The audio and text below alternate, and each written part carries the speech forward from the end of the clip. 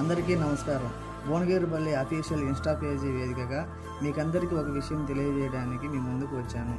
3వ తేదీ 4వ నెల 2025 తేదీ గురువారం అర్ధరాత్రి 1:40 శ్రీ భువనగిరిపల్లి గంగమ్మ ఆలయంలో ఇద్దరు దొంగలు ముఖానికి ముసుగు వేసుకుని అమ్మవారి హుండీని కొల్లగొట్టడం మనం ఈ వీడియో చూడవచ్చు. ఆ దొంగలు ఎంతో తెలివితో హుండీకి వేసిన తాళానికి గుడ్డ చుట్టి శబ్దం రాకుండా పగలగొట్టడం జరిగింది. ఇద్దరిలో ఒకరి ముఖం సీసీ కెమెరాలో చిత్రీకరించబడింది. ఆ ఇద్దరు దొంగలే మళ్ళీ 7వ తేదీ 4వ నెల 2025 తేదీన అర్ధరాత్రి 12:30 సమయంలో వరదయ్యగారిపల్లి అంకాలమ్మ తల్లి ఆలయంలో హుండీని చోరీ చేశారు.